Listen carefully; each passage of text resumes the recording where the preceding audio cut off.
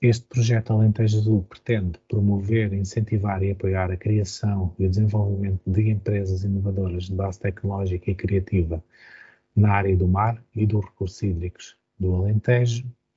Tem como eixo de intervenção, são 3 eixos: o eixo de gerar conhecimento, por um lado; por outro lado, transmitir conhecimento, que é ao fim e ao cabo aquilo que hoje também estamos aqui a fazer; e por último, outro eixo, que é impulsionar a criação de novos negócios.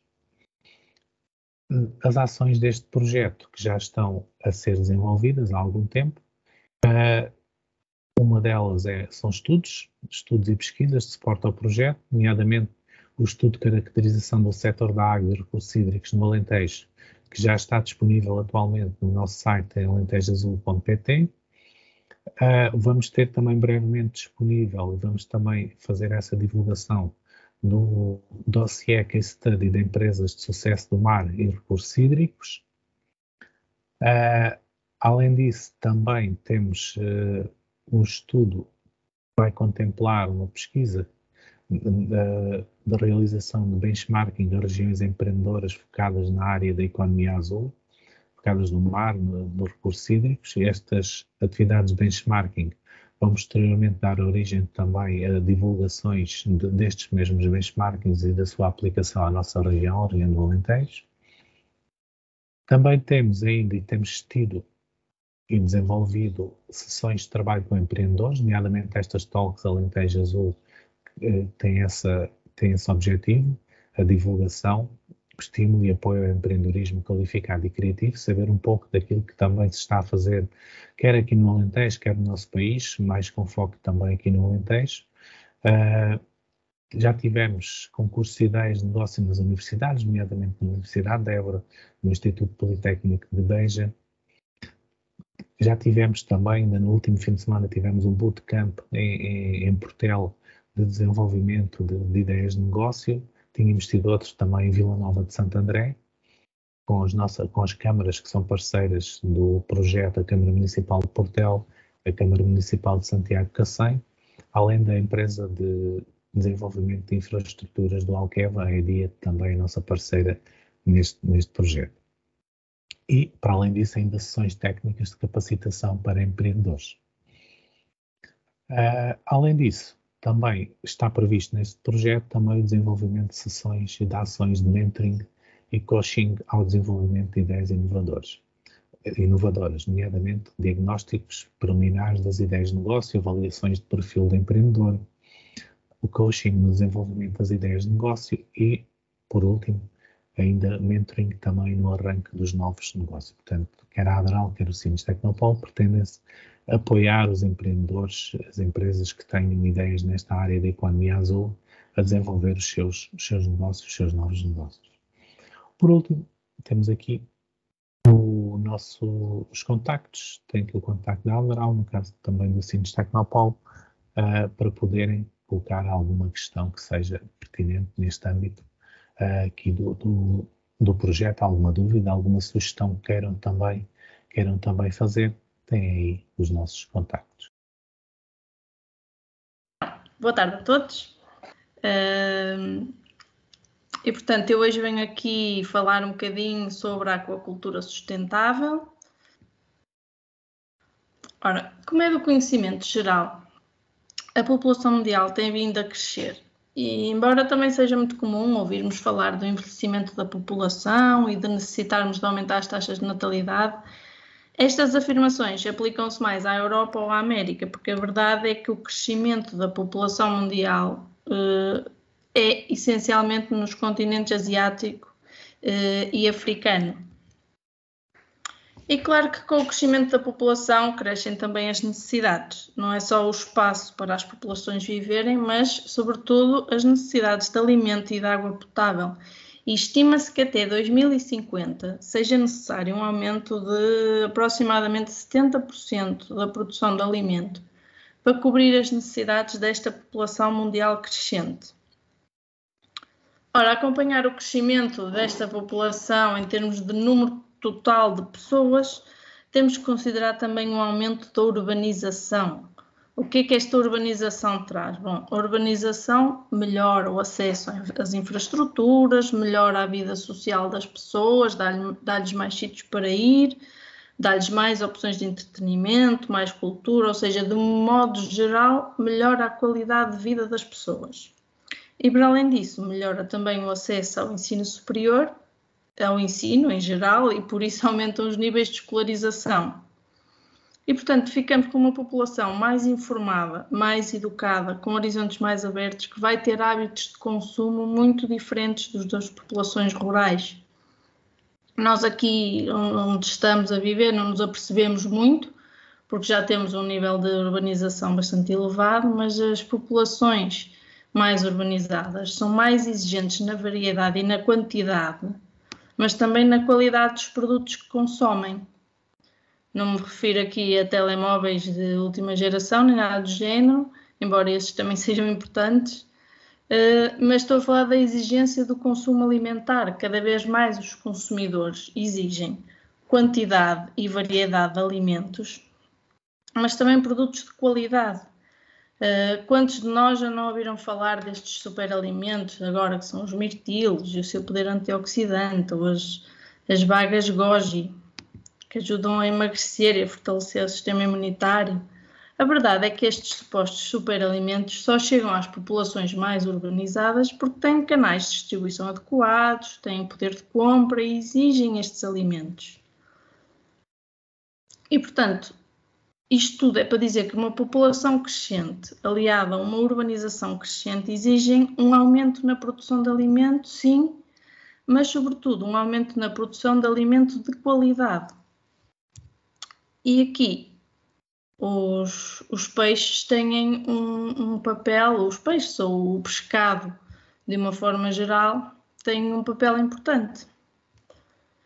Todos sabemos que os peixes, ou que o pescado em geral, quando aqui me refiro a peixes, falo do pescado em geral, são um alimento muito completo, são uma excelente fonte de proteína de muito boa qualidade. São fonte também de uma série de minerais importantes e que não encontramos abundantemente noutros locais, como por exemplo o selênio, o zinco. E são importantes, estes minerais são muito importantes na defesa ou na manutenção do estado oxidativo. Para além disto, são uma fonte de vitaminas muito importante, os peixes, e em particular eu gostava de destacar os peixes como fonte de ácidos gordos ômega 3, aqueles famosos ácidos gordos que nós sabemos que são muito importantes em vários aspectos relacionados com a saúde humana, como seja o desenvolvimento cerebral, ou processos anti-inflamatórios, proteção contra alguns cancros, etc. E, de facto, os peixes são a principal fonte natural de ômega 3 que nós obtemos através da alimentação. Os peixes são, por isso, e não só, importantes como alimentos e importantes para a segurança alimentar. O pescado é responsável por cerca de 16% dos produtos animais que consumimos e a quantidade de proteína animal que obtemos, que provém do pescado, é superior àquela que obtemos das outras fileiras animais, nomeadamente da bovina, da suína ou da produção de aves. Portanto, o pescado é importante para a segurança alimentar e com segurança alimentar, estamos aqui na segurança alimentar, estamos a incluir aspectos como o valor nutricional dos alimentos, a segurança dos alimentos para consumo humano, bem como a acessibilidade destes alimentos. O consumo de peixe tem evoluído ao longo dos anos e aqui neste gráfico podemos ver a amarelo a evolução da população humana desde os anos 50 e a vermelha a evolução do consumo de pescado. E como veem, tem havido um aumento do consumo de pescado por parte da população humana, que reflete não só o crescimento da população em si, mas também a crescente urbanização de que falei atrás. Ora, este aumento, juntamente com um aumento muito grande da população, só se consegue aumentando a disponibilidade de pescado. E onde é que nós vamos buscar mais peixe? Como é que podemos obter mais peixe para consumo se os oceanos estão em crise? Claramente não podemos depender das populações naturais, até porque os nossos oceanos já estão no limite da exploração. Portanto, a resposta está na produção em aquacultura. Se virmos aqui, desde a década de 90, mais ou menos, que se tem verificado uma estabilização das capturas de peixe à volta das 90 milhões de toneladas. E, portanto, há uma estagnação das capturas, o que faz com que o aumento da disponibilidade do pescado tenha sido conseguido através da produção em aquacultura. E isto é ainda mais relevante desde o início deste século, que tem aumentado exponencialmente a produção em aquacultura. E, portanto, é isso que tem permitido o consumo de pescado, que tem permitido que o consumo de pescado também tenha aumentado. A aquacultura atualmente é vista como a nova agricultura ou como tendo um papel fundamental na chamada Revolução Azul. É, sem dúvida, a resposta para o fornecimento de peixe mundial e é, desde há alguns anos, desde já há algumas décadas, o setor de produção animal com maior taxa de crescimento anual. Esta aqui é uma projeção até cerca de 2012 e já nesta altura contava com valores 2 vezes superiores aos da produção de frango e 3 vezes superior ao da produção de gado bovino. Isto também é ajudado pelo facto da aquacultura ser muito diversificada. A verdade é que a diversidade de espécies que se podem cultivar em água são muito superiores às tradicionalmente produzidas nos sistemas de pecuária tradicionais. Para além dos peixes, podemos produzir moluscos, crustáceos e plantas aquáticas, nomeadamente as algas. Ou seja, estamos a falar de um total de 237 espécies produzidas em aquacultura contra 18 espécies de produção terrestre. Ora, todas estas projeções de crescimento da aquacultura já se estão a verificar. Na década de 60, o consumo de pescado pela população humana era à volta dos 10 kg por pessoa por ano, em que 90% desse consumo era proveniente das pescas. Atualmente, este consumo mais que duplicou, está na ordem dos 22 kg por pessoa por ano, e a contribuição da aquacultura para este consumo é da ordem dos 57%. Ou seja, de facto, só se consegue garantir esta disponibilidade de pescado através da aquacultura. As pescas já não são uma alternativa.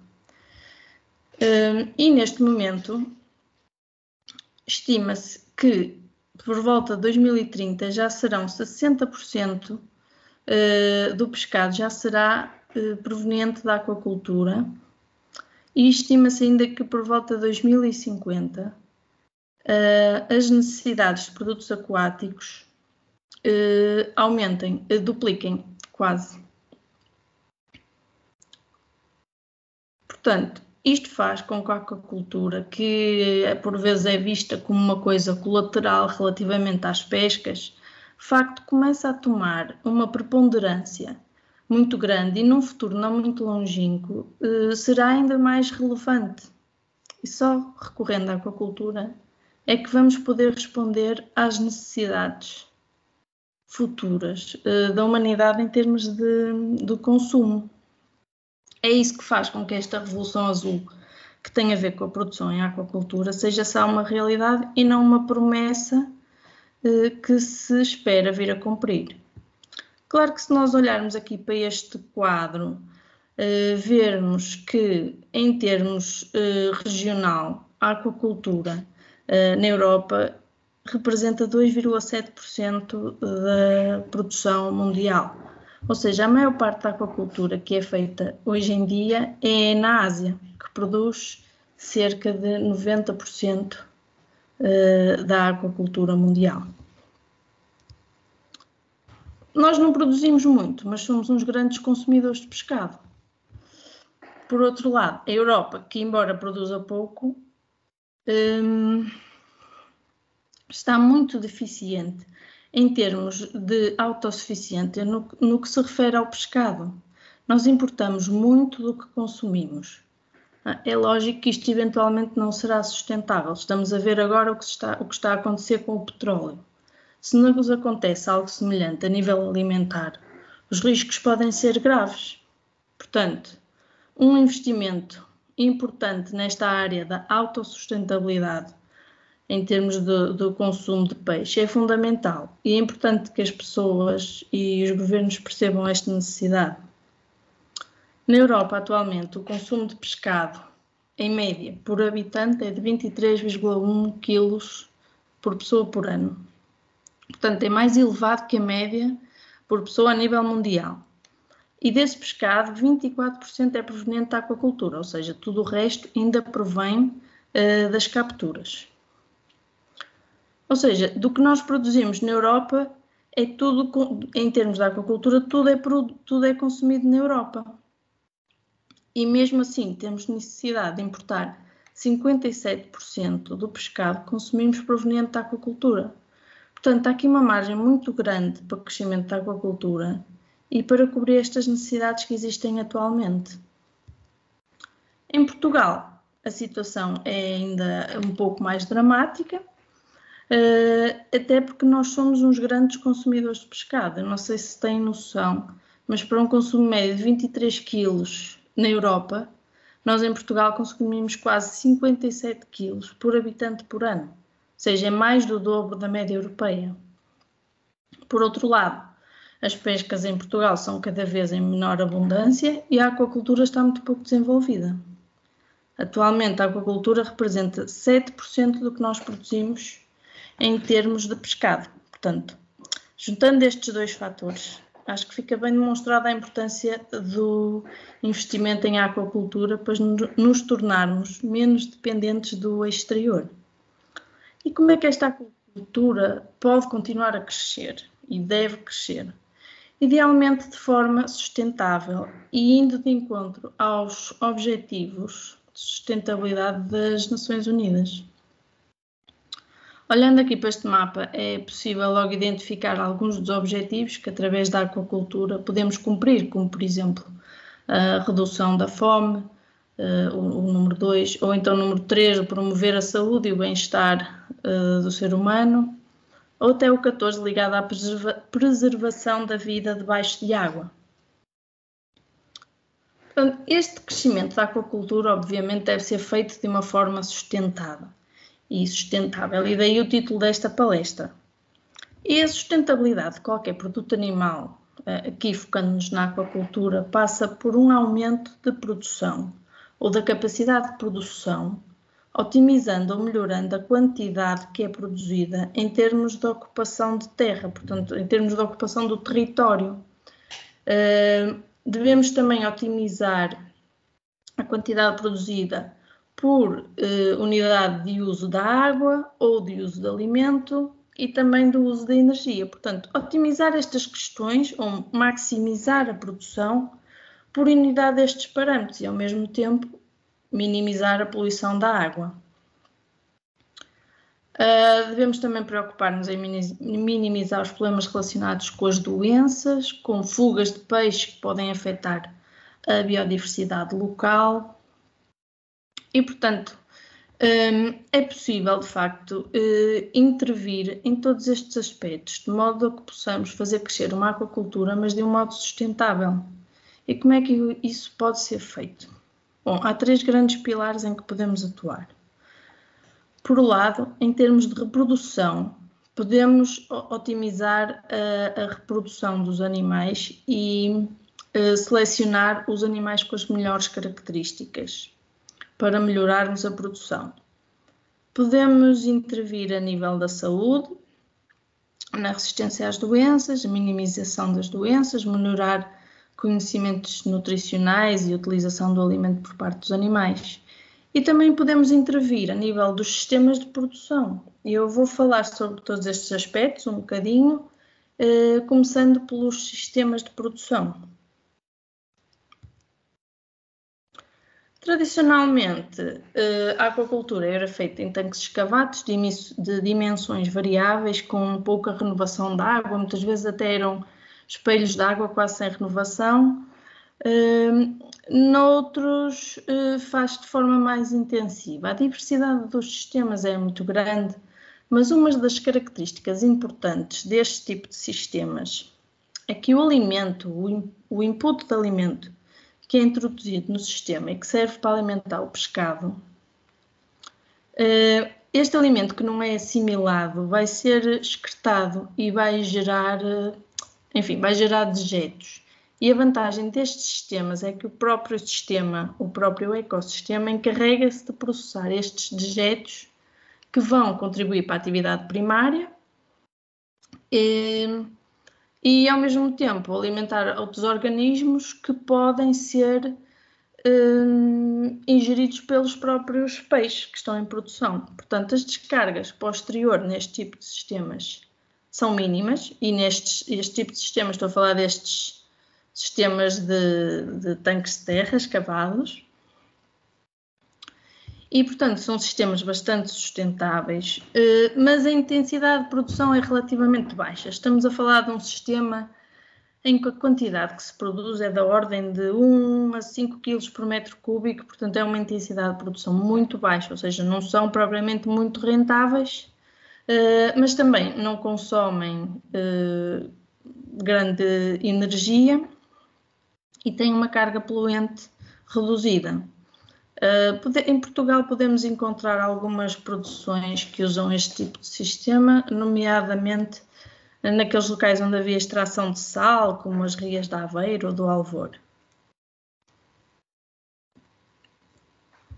A intensificação da aquacultura levou a que se utilizassem sistemas em que a renovação de água é muito importante, ou seja, por oposição aos sistemas em lagos, começaram a usar sistemas em que havia renovação de água.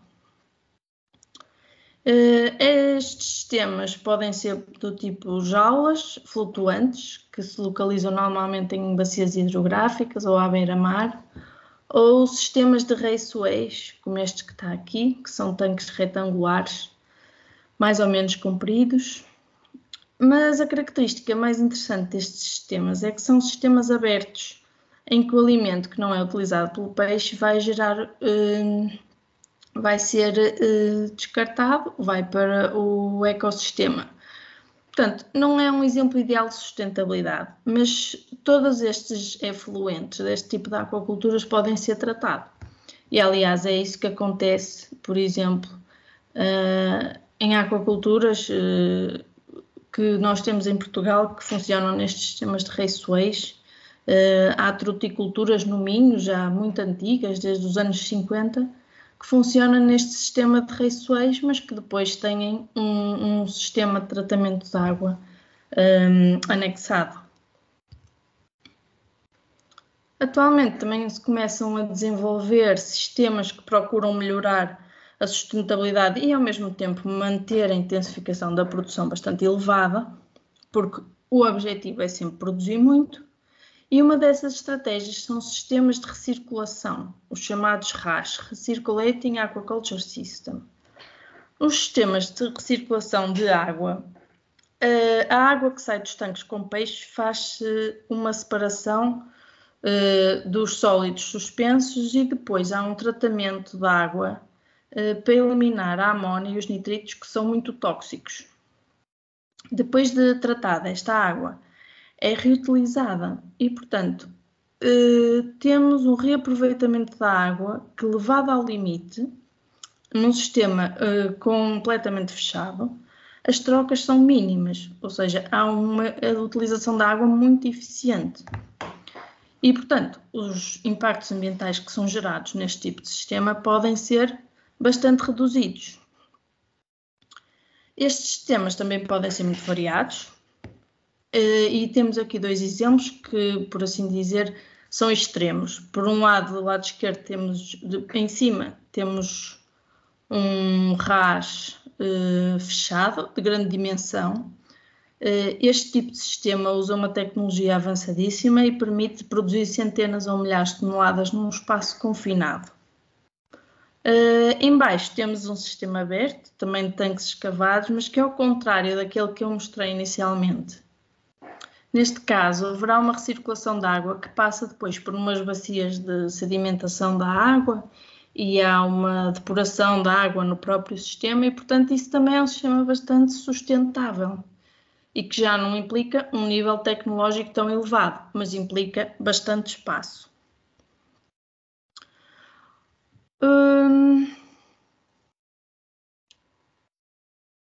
Depois, existe um sistema que também é um sistema de recirculação, que se denomina de biofloc. É um sistema muito mais simples, ou aparentemente muito mais simples, não tem custos tão elevados como aquele RAS que nós vimos, que é altamente intensivo. E este sistema consiste essencialmente em manter todo o sistema de tratamento da água dentro do próprio tanque. Em vez de haver um tanque à parte onde se faz o tratamento da água, temos tudo dentro do tanque. O que temos aqui são tanques com os peixes, em que se permite que se desenvolva todo um conjunto de plâncton e um conjunto de bactérias que vão formar o chamado floco, daí o nome biofloco, e que vão aproveitar toda a matéria orgânica, o azoto e o fósforo, para crescimento e ao mesmo tempo tratam a água. Estes sistemas podem ter dimensões muito variáveis, mas permitem uma intensificação da produção. Outra vantagem destes bioflocos é que a produção destes flocos bacterianos e do zooplâncton podem ser utilizados pelo organismo que está a ser produzido para a sua alimentação e contribui assim para reduzir a quantidade de alimento que temos que dar de input ao sistema. Estes sistemas, não sendo tecnologicamente muito avançados, são relativamente simples, precisam de um bom arejamento e isso é um dos inputs que temos que dar a este sistema. Mas, por outro lado, não havendo uma renovação da água, reduzimos, em certa medida, o problema com as doenças, uma vez que muitas das bactérias patogénicas entram nos sistemas com a água que entra no sistema. Portanto, se não entrar água no sistema, se reduzirmos a água que entra, reduzimos significativamente o problema das doenças. Outro sistema alternativo, que agora também tem vindo a ganhar alguma importância, é a junção da aquacultura em sistemas de recirculação com tratamentos com biofiltros e remoção de sólidos, mas aproveitando os nitratos e o fósforo que se encontram em solução e utilizá-los como fertilizantes de plantas. Isto, digamos que é juntar a aquacultura com a hidroponia. E então temos sistemas chamados de sistemas aquapónicos que permitem fazer a produção no mesmo ambiente de vegetais e de peixes. A dimensão destes sistemas, como dos outros todos até aqui, também é muito variável. E aqui como exemplo temos este sistema de aquaponia no deserto, que em Israel utilizam isto com um bom aproveitamento de água e com a possibilidade de produzir pescado e de produzir também legumes. Ou seja, isto pode ser usado em condições que ninguém pensaria serem boas para fazer aquacultura. Depois, um sistema que está muito em voga recentemente são os chamados sistemas multitróficos integrados. Não só temos uma componente com animais que são alimentados com alimento exterior e que vão gerar dejetos e produzir amónia e ureia, que depois vão ser tratados por animais de outros níveis tróficos. Por exemplo, os mexilhões ou moluscos, como são filtradores, podem usar a matéria orgânica para crescer. E depois, ainda associado a este sistema, pomos algas a crescer e obtemos biomassa de algas através do azoto e do fósforo que são produzidos na alimentação dos peixes. Isto também permite que a água seja de uma certa forma tratada e ao mesmo tempo termos produções de vários grupos de organismos no mesmo espaço. Ou então, podem ser sistemas ainda mais complexos, como o que está aqui indicado ou do lado direito, em que há recurso à produção intensiva de camarões e à produção de peixes, também intensiva, e depois com a água efluente destas duas culturas, adubam-se culturas de plantas halófitas, como por exemplo a salicórnia, que também é muitas vezes vista a crescer nas salinas. Há outro tipo de culturas, mas que aqui na nossa região do planeta não são tão usadas. Isto são culturas tradicionalmente feitas já há muitos anos, por exemplo na China, ou melhor na Ásia, em que a produção em cocultura de arroz e peixe é uma forma também da aquacultura integrada. Ou então a produção em tanques de policultura, ou seja, com organismos que podem ser peixes, mas que se alimentam, podem ser todos peixes, mas têm que se alimentar de níveis tróficos diferentes para fazer um melhor aproveitamento de todo o ecossistema. Depois temos também as algas, que são organismos completamente extrativos, não é? Enquanto os mexilhões, os moluscos ainda produzem os dejetos, as cascas e isso, as algas têm um grande potencial para a aquacultura e têm-se multiplicado as indústrias a produzir estas plantas. Em Portugal temos pelo menos 2 empresas a produzir macroalgas. Microalgas também temos umas 2 ou 3 empresas a produzi-las.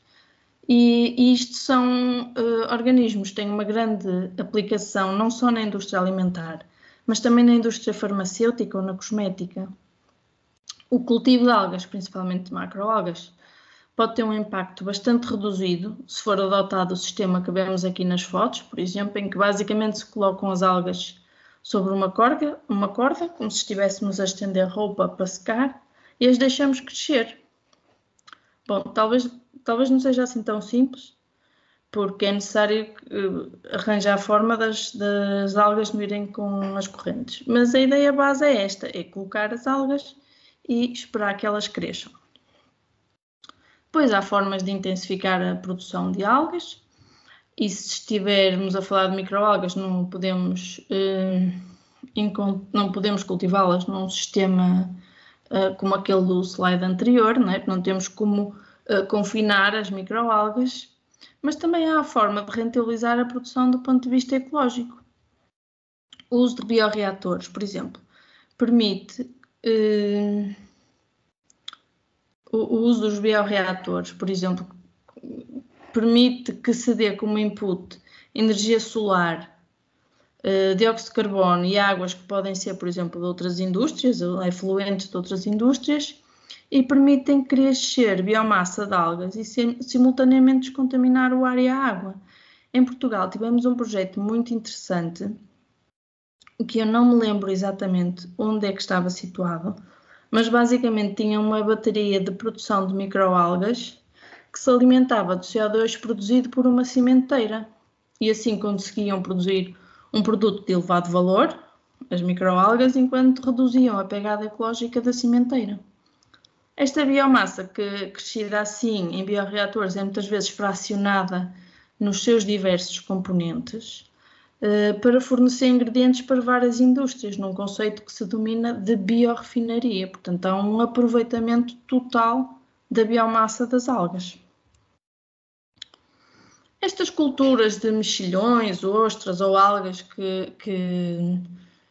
que eu vos tenho falado e que muitas vezes implicam implementar sistemas no ecossistema aquático, elas são culturas extrativas e por isso não são alimentadas, portanto ainda permitem ajudar a remover matéria orgânica e evitar a eutrofização das águas. Para além disto, as estruturas físicas que são colocadas na água podem funcionar como abrigo para larvas e juvenis de peixe ou de invertebrados e promovem assim um aumento da biodiversidade nestas zonas. Portanto, de uma forma geral, a aquacultura utiliza muito eficientemente a terra, e quando falamos em terra não é só a terra para ter os tanques, quando são os sistemas em terra, mas também a terra que é necessária para produzir o alimento que os animais vão ingerir. Portanto, nesta contabilidade entra também a terra necessária para produzir os vegetais de que os animais se vão alimentar. E como vocês podem ver aqui nestas imagens, o pescado tem níveis de ocupação de terra muito baixas. Uma utilização de terra que é também muito eficiente, uma utilização de água que também é muito eficiente, como podem ver aqui por estas gotinhas. E que se pensarmos num sistema de recirculação, a eficiência é muitíssimo maior do que em qualquer dos outros sistemas de produção, de produção animal. Claro que na aquacultura nós temos uma pegada ecológica, como em qualquer produção animal. Qualquer indústria tem uma pegada ecológica em termos de carbono. Mas na aquacultura nós temos componentes que acabam por ser acumuladores de carbono, como a produção de algas ou de mexilhões. E, portanto, a eficiência da aquacultura é bastante superior em relação a outros sistemas produtivos e pode mesmo ser considerado nulo em termos de carbono. Portanto, a quantidade de carbono que é produzida em alguns sistemas e aquela que é assimilada compensa.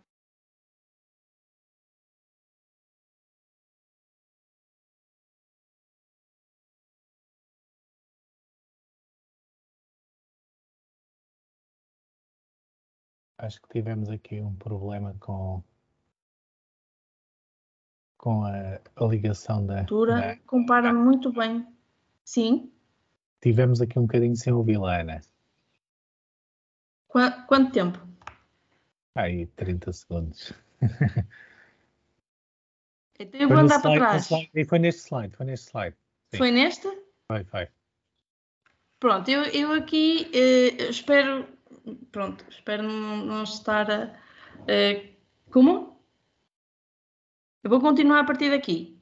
Sim. Ok. Então, como eu estava a dizer, a aquacultura tem uma pegada ecológica. Como em qualquer produção animal ou em qualquer indústria, existe uma pegada ecológica em termos de produção de carbono. Mas como na aquacultura temos organismos que acabam por ser acumuladores de carbono, conseguimos que essa pegada seja de alguma forma reduzida.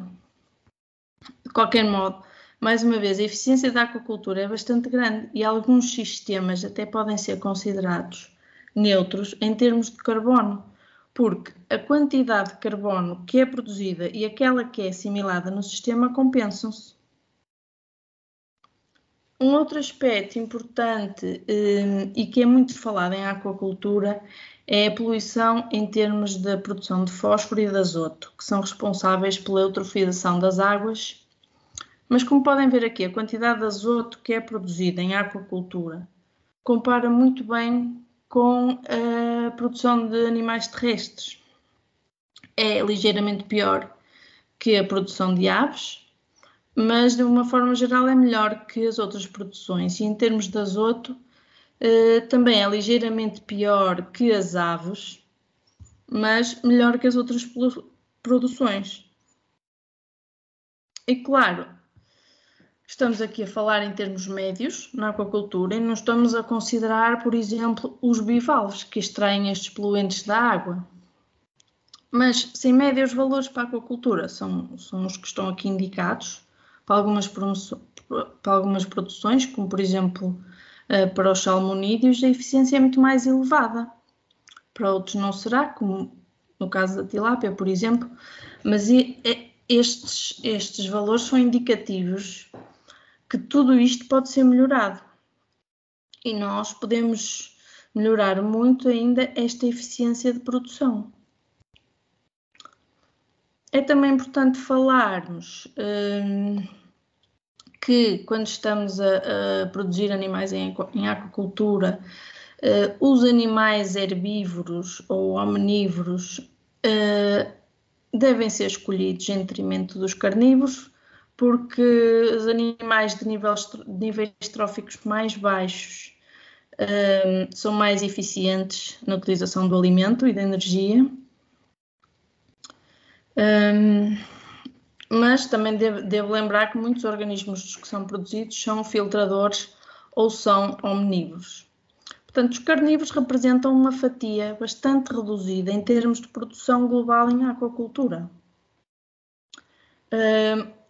De qualquer forma, na Europa e nos países mais desenvolvidos, são os peixes carnívoros que se utilizam mais e, portanto, nós aqui temos uma visão um pouco enviesada e eu, particularmente, trabalho quase exclusivamente com peixes carnívoros. Mas o que nós fazemos é, por via nutricional, reduzir a utilização de alimento de origem animal e utilizar cada vez mais plantas. E, portanto, o objetivo é, de forma artificial, reduzir o nível trófico até que possamos produzir animais que sejam vegetarianos, mesmo sendo carnívoros no seu ambiente natural. E aqui neste pequeno gráfico podemos ver a evolução que tem ocorrido em termos de composição do alimento. A farinha de peixe e o óleo de peixe azul, que se utilizavam, isto era no salmão, que são carnívoros estritos. A farinha e o óleo de peixe que se utilizavam eram a base da alimentação dos salmões no século passado. Atualmente, os níveis que se incorporam destes ingredientes são extremamente reduzidos e é a componente vegetal que são os principais ingredientes utilizados. Bom, os peixes também utilizam muito eficientemente o alimento, seja ele de base animal ou vegetal, e mais eficientemente do que outros grupos animais. Portanto, comparam muito bem com esses grupos animais. E este uso eficiente do alimento leva a que não se emitam tantos poluentes para o meio ambiente, como o azoto e o carbono de que temos vindo aqui a falar. Outro aspecto que é muito importante e que também é muito falado é a problemática das doenças em aquacultura. As doenças, se forem agudas, levam à mortalidade. Se forem crónicas, levam à redução da produção. Um aspecto que é complicado é a utilização de antibióticos, que se deve evitar ao máximo em qualquer produção animal. De facto, na Europa nós temos regras bastante rígidas quanto à utilização de antibióticos. E se virem neste gráfico, esta era a situação que nós tínhamos na produção de salmão, por exemplo, na Noruega, que é um dos países onde se produz mais salmão e que está muito avançado nesta indústria. E nos anos 80, o consumo de antibióticos era muito elevado. E vocês podem ver a verde o consumo de antibióticos face à produção de salmão. Mas com o desenvolvimento de vacinas que se começou a desenvolver mais recentemente e que se continua a desenvolver, isto reduziu imenso a utilização de antibióticos e fez com que esta utilização seja quase igual a zero atualmente, enquanto que a produção aumentou exponencialmente neste período. Outras estratégias que se usam no combate a doenças ou no caso no melhoramento da saúde e do bem-estar animal são estratégias nutricionais, como alimentos funcionais, por exemplo, que têm como objetivo promover a saúde dos animais, melhorar o estado imunológico, reduzir inflamações, nomeadamente inflamações intestinais, e melhorar a produtividade e também as características do filete, porque no limite o que nós queremos é um filete com boas características nutricionais para nós, humanos, consumirmos. Portanto, por via nutricional, também se procura interferir de modo a reduzir a utilização de antibióticos e de outros agentes quimioterapêuticos. E, finalmente, a questão da seleção. A seleção é fundamental e controlando, domesticando os animais, podendo selecioná-los, nós podemos selecionar os animais por uma série de características. Por exemplo, a primeira que vem logo à mente é a do crescimento, não é? Queremos animais que cresçam mais rapidamente. E esta é também talvez uma das mais hereditáveis. E aqui, se nós olharmos para estes valores, vemos que com 5 gerações se conseguem, com 5 gerações de salmão, isto é salmão, se conseguem ganhos de crescimento na ordem dos 113%. e também ganhos noutro tipo de características. Bem, este tipo de seleção fez com que esta indústria da salmonicultura, que há 30 anos eram necessários quase 2 anos em água do mar para produzir um salmão de 4 kg, atualmente produzem um salmão do mesmo tamanho em pouco mais de um ano. Portanto, vejam o efeito que isto tem em termos de ganhos produtivos. Atualmente estamos numa época de muita evolução tecnológica e este vai ser o futuro da aquacultura em alto mar. Estas instalações em alto mar ainda são difíceis porque o mar alto não é propriamente um mar calmo e, portanto, isso traz algumas condicionantes na instalação de equipamentos de aquacultura. Mas estas instalações, que algumas são protótipos, outras já estão a ser implementadas, permitem reduzir os impactos ambientais nos ambientes costeiros, não é? Que são sempre mais frágeis e necessitam de mais proteção. Atualmente, e esta é uma notícia muito recente, está aqui no canto inferior esquerdo, foi lançado um protótipo de um barco que se propõe produzir 4.000 toneladas de pescado. Ou seja, eles vão, a empresa que lançou este barco vai começar por produzir 50 destes barcos. Portanto, estamos a falar de uma quantidade enorme de pescado que vai ser produzido e já com um nível tecnológico e um nível de engenharia muito avançados. Para além disto, estamos a entrar na era da aquacultura 4.0 ou da Smart Aquaculture. A realidade é que já há muito que se usam sensores para medir a qualidade da água, não é? Sondas de oxigênio, kits para medir nitritos e nitratos, etc. Mas agora, com a integração destes dados todos, estabelecem-se modelos que permitem prever quando é que algum parâmetro da água se vai alterar de forma grave. O que permite, por exemplo, ligar arejadores apenas quando se prevê que o oxigênio, por exemplo, vai descer abaixo de um nível crítico. E isto permite poupar energia, ou seja, não vamos ligar arejadores durante 1 hora todos os dias, vamos só ligá-los quando necessitamos. Existem também já tecnologias que acompanham, através de câmaras e sensores, a alimentação dos peixes e prevêem quando é que os peixes vão parar de comer ou quando é que têm mais ou menos apetite, porque é quando eles estão a parar de comer ou quando têm menos apetite que um sistema não inteligente continua a dispensar alimento, pelo tempo que foi programado. Enquanto com estes novos sistemas é possível parar a alimentação e não desperdiçar alimento. Isto melhora não só a viabilidade da produção a nível económico, não é? Porque não se gasta tanto alimento, mas também a nível ecológico, pois são os restos de alimento que contribuem em larga escala para a poluição das águas. Ou seja, com recurso à tecnologia atualmente disponível e com todas as novas ideias que estão constantemente a surgir através do uso da internet das coisas, sensores, câmaras, toda uma panóplia de instrumentos que permitem analisar os peixes, prevê-se que a indústria da aquacultura, e principalmente uma aquacultura intensiva nos países mais desenvolvidos, evolua muito nos próximos anos e de uma forma cada vez mais sustentável.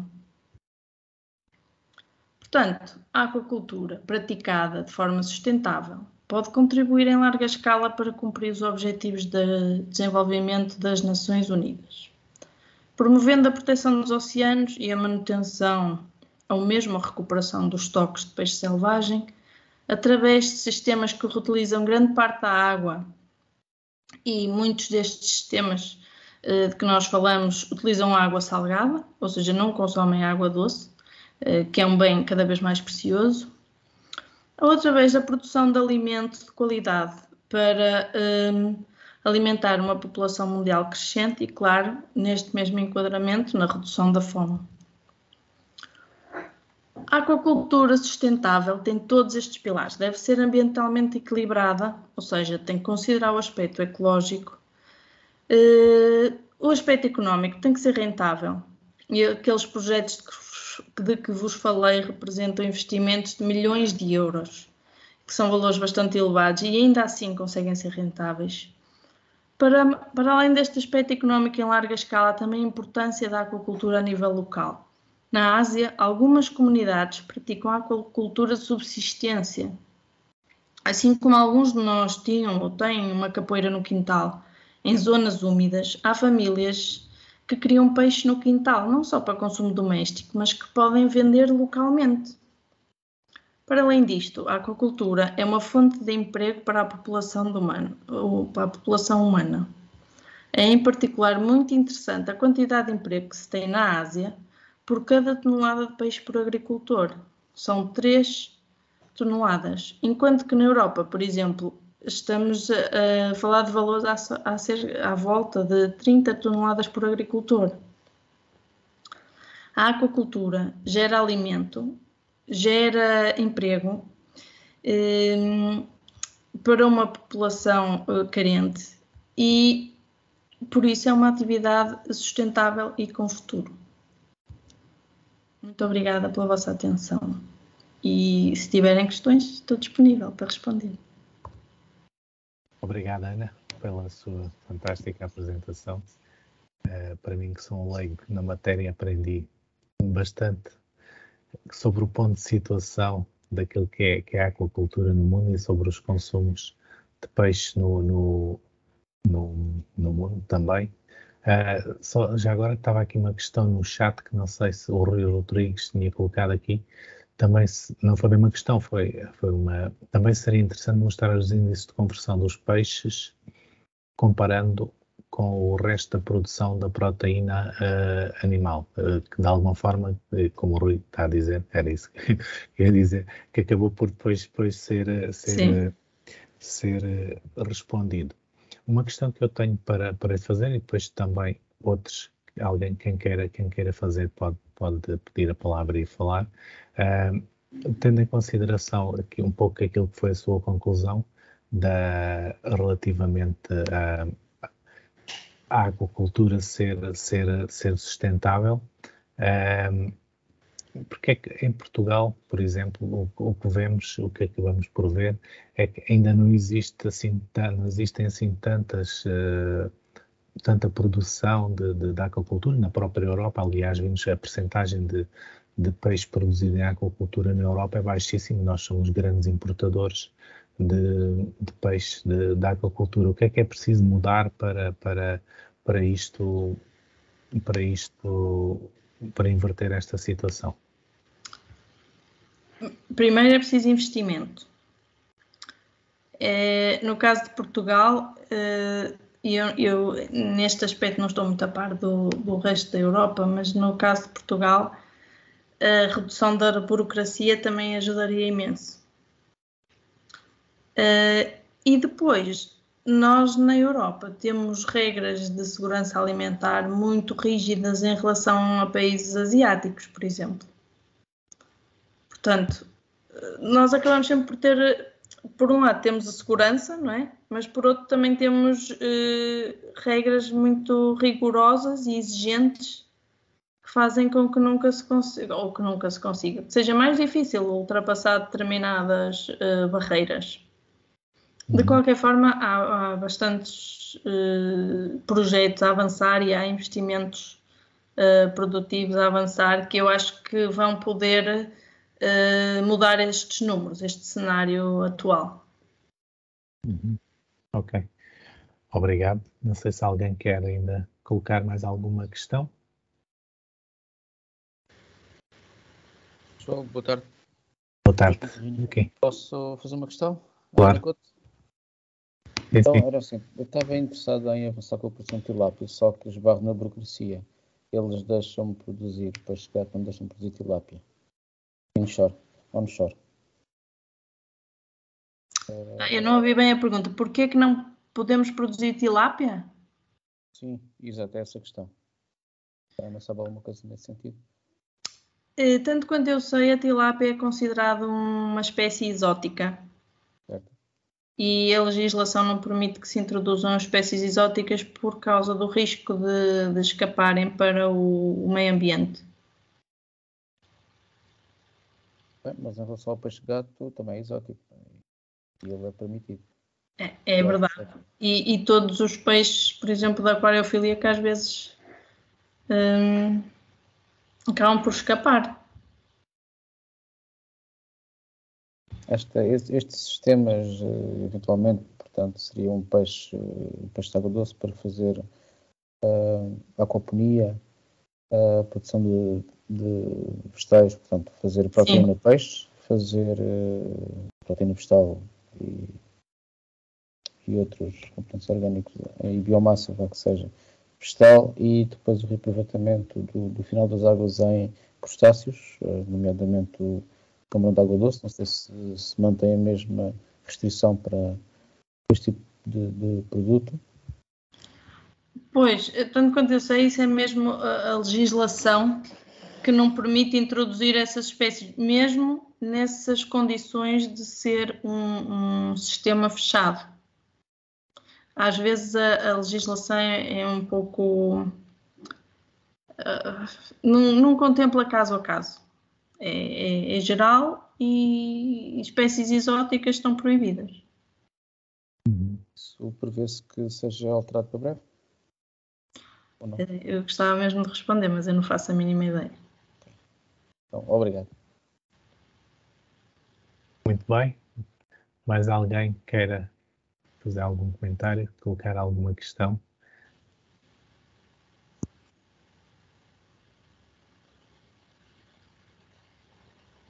Não havendo, Ana, desde já dizer e agradecer a sua apresentação, dizer também ainda que depois vamos deixar esta gravação da apresentação no site do alentejazul.pt para todos aqueles que por alguma razão hoje não puderam, e foram alguns que eu sei, não puderam estar aqui presentes, poderem também ter acesso a esta informação, que, sendo eu, como eu estava a dizer, um leigo na matéria, foi para mim muito importante e muito interessante. Todos estes dados que foram aqui apresentados, todas estas questões, e uma das preocupações que se coloca, que quando falamos em aquacultura, há sempre 2 ou 3 questões que se colocam, que para o público em geral, para o consumidor, ainda não há em Portugal, digo eu, uma cultura de comer peixe de aquacultura. Esse é um problema, mas por outro lado, quando vemos os consumos de peixe, os portugueses consomem 57 quilos de peixe por ano. Foi isso que eu também retive, esse número. Como é que isto também se conjuga de alguma forma com não havendo explorações com sustentabilidade das pescas? Eu sei que é uma pergunta mais ou menos retórica, mas já agora gostava também de ouvir a sua opinião sobre esta relação. Uma das hipóteses é reduzirmos o consumo. Eu não creio que seja viável. Nós somos o 3º país a nível mundial em termos de consumo de peixe. Ou seja, já é muito tradicional, não é? Cá em Portugal. Em relação às pescas, atualmente as pescas já aqui em Portugal e na Europa particularmente já são muito bem geridas. Quando falamos desta sobreexploração, se calhar estamos a falar de sítios que são menos controlados. Agora, como é que nós vamos conseguir gerir tudo isto? O cenário atual não é sustentável, não é? Portanto, passa muito por aumentar, primeiro, quebrar alguns mitos em relação à aquacultura, que existem, muitos. E nós, portugueses, não gostamos nada de peixe de aquacultura, em geral. Mas pensamos que não gostamos. É uma questão de hábito, é uma questão de hábito. Se nós formos comparar uma truta selvagem com uma truta da aquacultura e dermos uma prova cega a um consumidor, o consumidor está tão habituado à truta da aquacultura que vai achar a outra estranha. Vai dizer que gosta mais da aquacultura. E já se fizeram estudos deste género.